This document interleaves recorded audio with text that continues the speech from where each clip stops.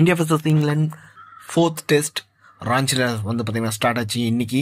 இந்த மேட்சை பொறுத்த வரைக்கும் கடைசி 2 டெஸ்ட் மேட்சை பொறுத்த வரைக்கும் இந்தியன் டீம் தான் டாஸ் வின் பண்ணாங்க. ஆனால் இந்த டெஸ்ட் மேட்ச்சில் வந்து பார்த்தீங்கன்னா இங்கிலாந்து டாஸ் வின் பண்ணி நாங்கள் ஃபர்ஸ்ட் பேட் செய்கிறோம், நீங்கள் வந்து பார்த்தீங்கன்னா முடிஞ்சால் சேஸ் பண்ணிக்கோங்க அப்படின்ற மாதிரி வந்து பார்த்தீங்கன்னா அவங்க ஃபர்ஸ்ட் பேட்டிங் செஞ்சாங்க. ஆனால் வந்து பார்த்தீங்கன்னா ஃபர்ஸ்ட் செஷன்லேயே இங்கிலாந்து டீமோட ஒரு மோசமான ஒரு பேட்டிங். ஃபர்ஸ்ட் செஷன்லேயே வந்து பார்த்தீங்கன்னா ஒரு 100 ரன் கிட்டே இருக்கும்போதே 5 விக்கெட் இழந்துருந்தாங்க. ஜாக் ராலி ஓரளவுக்கு டீசெண்டாக விளையாடினார், தவிர்த்து அவருக்கு அப்புறம் வந்து பார்த்தீங்கன்னா பேஸ்டோ ஓரளவுக்கு டீசெண்டாக விளையாடினார் 38 ரனில். அதுக்கப்புறம் Ben Duckett, Ollie Pope, Ben Stokes இவங்கெல்லாம் வந்து பார்த்தீங்கன்னா கம்மி ரன்லேயே வந்து பார்த்தீங்கன்னா அவுட் ஆகிட்டாங்க. அதுக்கப்புறம் ஜோ ரூட்டும் பென் ஃபோக்ஸும் வந்து பார்த்தீங்கன்னா இந்தியன் டீமுக்கு கொஞ்சம் குடைச்சல் கொடுத்தாங்க. முக்கியமாக வந்து பார்த்தீங்கன்னா ரூட் அவரோட ஒரு பழைய இன்டென்டோட விளையாடினார், கொஞ்சம் வந்து பார்த்தீங்கன்னா செட்டில் ஆகி அதுக்கப்புறம் ரன் ஸ்கோர் பண்ணுற அளவுக்கு வந்து பார்த்தீங்கன்னா கொஞ்சம் நிதானமாக விளையாடினார். அவரோட பேஸ்பால் அப்ரோச்சை கொஞ்சம் தள்ளி வச்சுட்டு அவரோட பழைய ஒரு டெக்னிக்கை யூஸ் பண்ணாருன்னு சொல்லி ஆகணும்.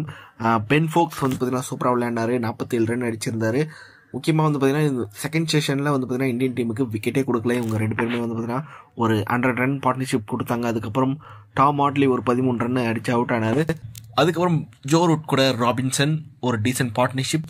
ராபின்சன் 31 ரனில் வந்து பார்த்தீங்கன்னா இன்னும் நாட் அவுட் பேட்ஸ்மேனாக இருக்கார். ஓவரால் இங்கிலாந்து டீமுக்கு வந்து பார்த்தீங்கன்னா ஃபர்ஸ்ட் செஷன் கொஞ்சம் மோசமாகவே இருந்தது. அதுக்கப்புறம் வந்து பார்த்தீங்கன்னா அடுத்த 2 செஷனில் வந்து பார்த்தீங்கன்னா கொஞ்சம் ரெக்கவர் ஆகியிருக்காங்க, கம்பேக் கொடுத்துருக்காங்க. முக்கியமாக அதுக்கு ஒரு மெயின் ரீசன் ஜோ ரூட் அவரோட 31வது செஞ்சுரி அடிச்சிருக்காரு, 106 ரன் அடிச்சிருக்காரு, இன்னும் நாட் அவுட் பேட்ஸ்மேனாக இருக்கார். இந்தியன் டீமை பொறுத்த வரைக்கும் ஆகாஷ் தீப் அவரோட டெபியூலேயே வந்து பார்த்தீங்கன்னா 3 விக்கெட் எடுத்திருக்காரு. முகமது சிராஜ் 2 விக்கெட், ரவீந்திர ஜடேஜா 1 விக்கெட், ரவிச்சந்திரன் அஸ்வினுக்கு 1 விக்கெட் கிடைச்சது.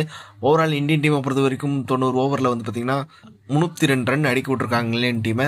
கொஞ்சம் வந்து பார்த்தீங்கன்னா இன்னும் பெட்டராக பர்ஃபார்ம் பண்ணியிருந்தா இங்கிலாந்து டீமை இன்றைக்கே ஆல் அவுட் பண்ணியிருக்கலாம். பட் வந்து பார்த்தீங்கன்னா பிச்சில் அந்தளவுக்கு இந்தியன் பவுலர்ஸ்க்கு சப்போர்ட் இல்லை. ஃபர்ஸ்ட் செஷனில் வந்து பார்த்தீங்கன்னா நல்ல ஒரு சப்போர்ட் இருந்தது.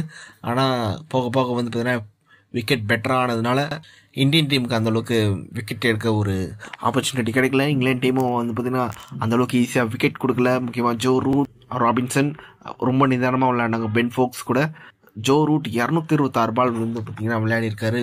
பேஸ்பாலுக்கு அப்புறம் அவரோட அப்ரோச் வந்து பார்த்தீங்கன்னா அட்டாக்கிங் கிரிக்கெட்டாக இருந்தது. ஆனால் இந்த ஒரு மேட்ச்சில் ஃபஸ்ட்டு 3 மேட்ச் ஃபெயில் ஆனதுக்கு இந்த ஒரு மேட்ச்சில் வந்து பார்த்தீங்கன்னா ரிவெஞ்ச் எடுத்திருக்காரு. ஓவரால் இப்போதைக்கு சரிசமமாக தான் இருக்குது. இந்த ஒரு பிச்சை பொறுத்த வரைக்கும் ஒரு சில பால் வந்து பார்த்தீங்கன்னா லோ கேப் ஆகுது அப்படின்ற போது இந்தியன் டீம் 4th இன்னிங்ஸில் கொஞ்சம் ஸ்ட்ரகிள் பண்ணுறதுக்கான வாய்ப்பு இருக்குது. அதுக்கு முன்னாடி வந்து பார்த்தீங்கன்னா இங்கிலாந்து டீமை பெருசாக ரன் அடிக்க விடாமையே வந்து பார்த்தீங்கன்னா அவங்கள ஆல் அவுட் பண்ணி ஆகணும் அப்படின்ற போது இந்தியன் டீமுக்கு கொஞ்சம் ப்ரெஷர் அதிகமாக தான் இருக்கும்னு நினைக்கிறேன். வெயிட் பண்ணி பார்க்கலாம் இங்கிலாந்து டீம் ஃபர்ஸ்ட் இன்னிங்ஸில் எவ்வளோ ஸ்கோர் பண்ண போகிறாங்க. அதுக்கப்புறம் இந்தியன் டீம் அவங்களோட ஒரு ஃபர்ஸ்ட் இன்னிங்ஸ் விளையாடணும், அதில் வந்து பார்த்தீங்கன்னா ஒரு மிகப்பெரிய ஸ்கோர் போட்டே ஆகணும், இல்லைனா 4th இன்னிங்ஸில் ரொம்ப கஷ்டம். ஓகே, டே 1 பொறுத்த வரைக்கும் ஓவரால் ஒரு குட் கிரிக்கெட். 2 பேருமே வந்து பார்த்தீங்கன்னா ஈவனாக விளையாண்டாங்க. இங்கிலாந்து டீமும் சரி இந்தியன் டீமும் சரி ஒரு ஈவன் கான்டெஸ்டாகவே இருந்தது. ஓவரால் டே 1 பொறுத்த வரைக்கும் 2 பேருக்குமே ஷேர் பண்ணி தான் கொடுக்கணும். ஓகே, செகண்ட் டேல வந்து பார்த்தீங்கன்னா இந்தியன் டீம் இங்கிலாந்து டீமை எவ்வளோ ரன்னுக்குள்ளே ஆல் அவுட் பண்ணால் நல்லா இருக்கும். இந்தியன் டீம் ஃபர்ஸ்ட் இன்னிங்ஸில் வந்து பார்த்தீங்கன்னா இந்த ஒரு விக்கெட்டில் நல்ல ஒரு ஸ்கோராக இருக்கும் அப்படின்றது வந்து பார்த்தீங்கன்னா நீங்கள் கமெண்ட் பண்ணுங்கள். இந்த வீடியோ பிடிச்சிருந்தா லைக் பண்ணுங்கள், ஷேர் பண்ணுங்கள், நம்ம சேனலை மறக்காமல் சப்ஸ்கிரைப்